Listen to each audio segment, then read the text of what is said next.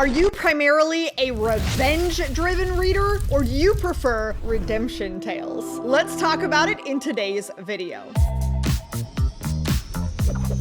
So today's video is a little bit of a different one because I want to start a conversation. I think we need to talk. I got caught in the middle of a conversation with some of my book reading friends, and a topic that keeps coming up is why we are drawn to certain stories and not others, and what it says about our reading tastes and our own personalities and how they change over time, etc., etc. We got caught up in this conversation looking at both our favorite books and our least favorite books, and one of the trends that we noticed is that there's a spectrum, and that people tend to be drawn towards one end of the spectrum or the other. I'm talking about revenge type stories or redemption type stories. Now, obviously it's a spectrum and you can land anywhere on that spectrum, as can any story. Another part of this discussion that got brought up is that people who prefer revenge tales are secret or not so secret pessimists, and people who prefer redemption tales are secret or not so secret optimists. And I'm not sure I'm convinced that this is the case. I know for a fact that I prefer redemption tales,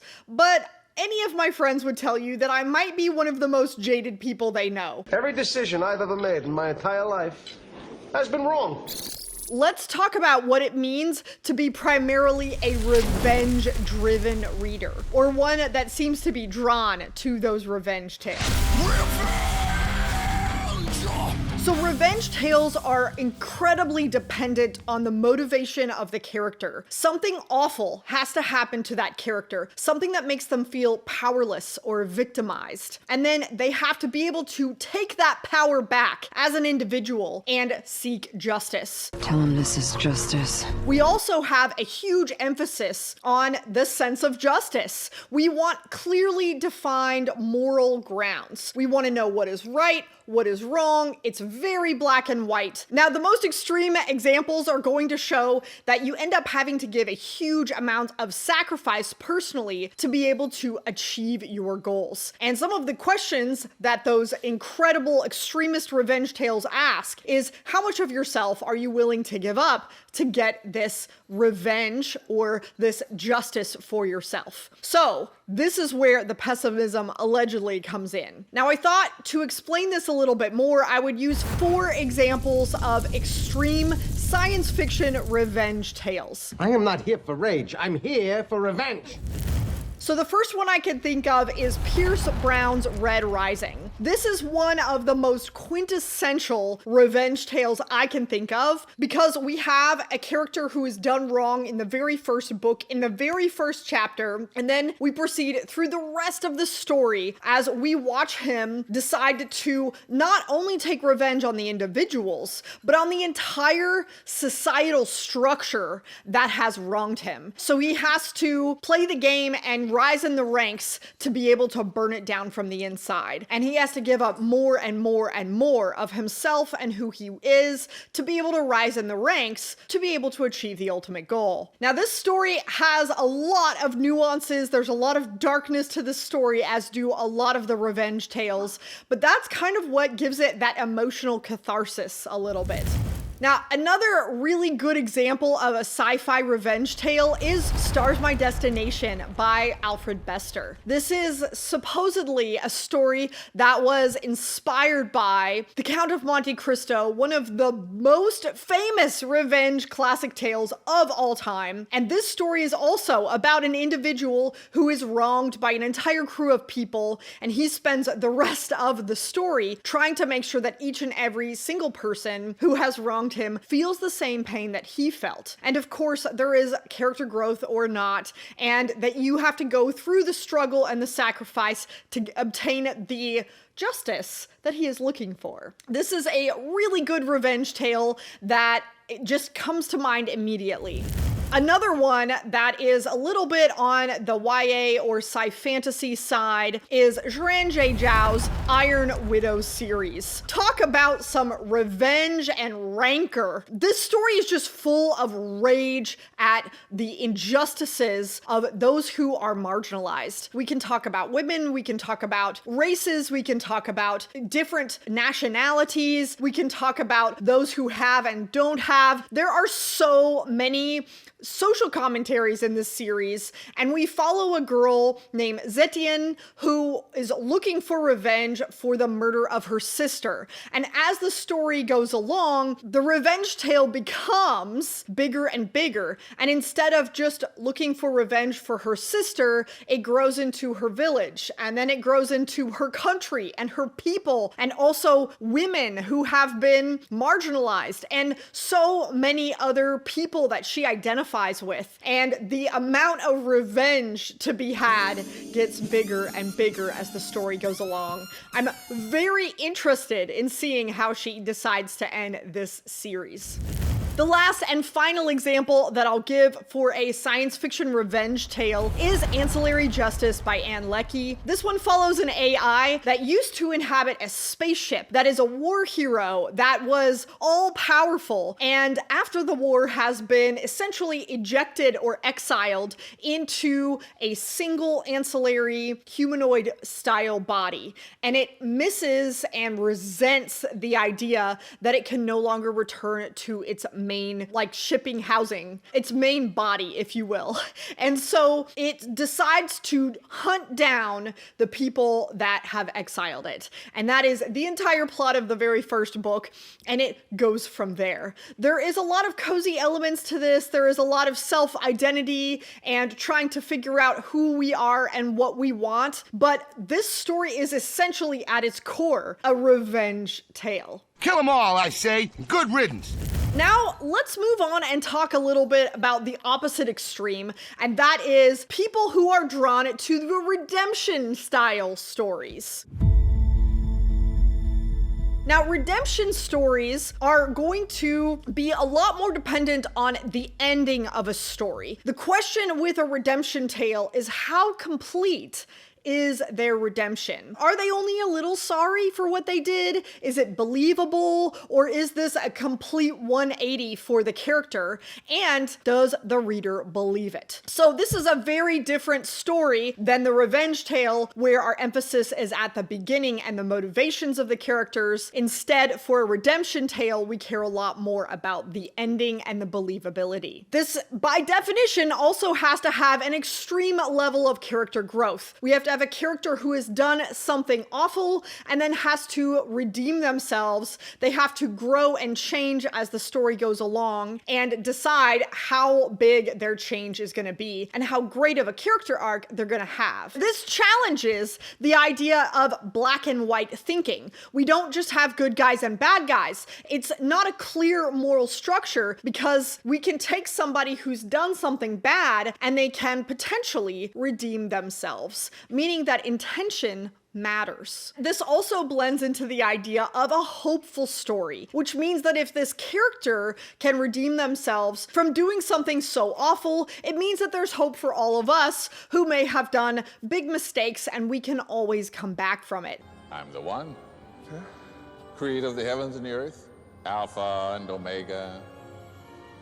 If a redemption story is done well, it is a story of hope. And I think that's where the optimism comes in. Let's talk about 4 sci-fi examples of redemption. Anyway, I just want to say that I'm sorry. The first one I could think of is Downward to the Earth by Robert Silverberg. This one is an incredibly compact and complex story about a man who is returning to an alien planet that is finally being evacuated of humans. And that's because we have inhabited this planet and enslaved the alien race that is sentient, and we've treated them very poorly. And this man is returning to try to make amends. He, in particular, was a slave owner and feels awful about it. And through his story of apology and redemption, we also get to see the human race also maybe redeeming itself just a little bit for the atrocities of its past. past. There is obviously a lot of colonialization to the story, and there is a lot of social commentary in it, but it is ultimately a story of redemption and hope. The next one that I think is the quintessential class-defining story is Orson Scott Card's Speaker for the Dead. Now, this story is all about main character Ender, and he is redeeming himself from some atrocities that happened in the first book, Ender's Game. And because of this, he is spending his life and even accidentally creates a religion around trying to redeem himself for the sins of his past. And we get to see humanity evolve and carry on, and the main character still having a hard time moving past it, and seeing how humanity is now making the opposite mistake and trying to redeem not just himself, but all of humanity for the entire universe. This is a really tough quest to complete, and it's not finished in just a single story, but Speaker for the Dead is quite the redemption tale and really explores it from lots of different avenues, and I was really impressed with this particular book.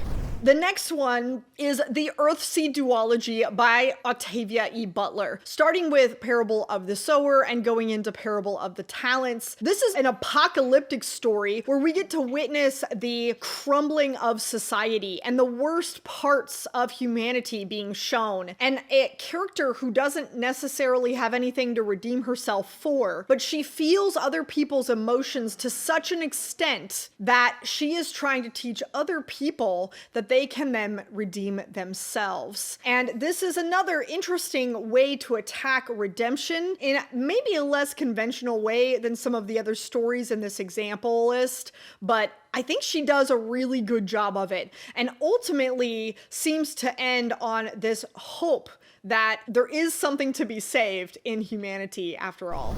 And last example that I can come up with for a redemption extremist story is going to be The Postman by David Brin. This is definitely an older story that is an apocalyptic tale of a man who tells a lie, and with this lie ends up trying to accidentally redeem the communities around him and bring back hope to humanity in its darkest times. This one is a little bit of an interesting and nuanced story that may not work for everyone, but definitely attacks redemption and addresses it in a way that I had never considered before. So this one is a cozy apocalypse, and one that isn't as harsh as some of the other redemption stories.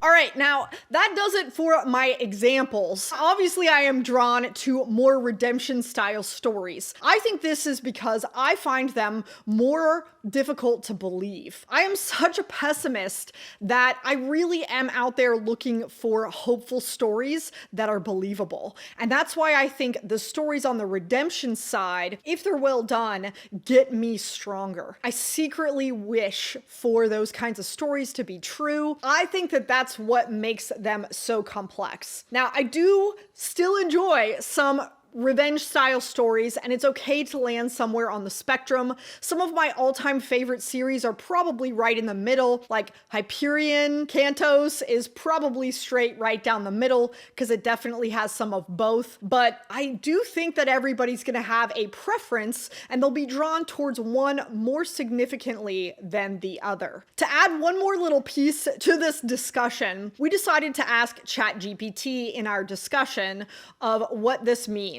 And it didn't really give us a whole lot of clarity, surprise, surprise, on the topic, but it did have this interesting paragraph to chew on. Let me know what you think. Most people enjoy both types of stories depending on mood, age, or context. But their dominant preference can hint at how they process conflict, through compassion and change, or through confrontation and justice. Interesting. Please let me know if you're drawn to more revenge style stories, or if you are a bigger redemption fan like me. And give me some examples of some of your favorite style stories in science fiction. I'm also really interested in hearing whether or not your preference of revenge or redemption matches with your tendency to be more optimistic or pessimistic. And I look forward to clarity on this topic soon, and I will see you guys in the next video.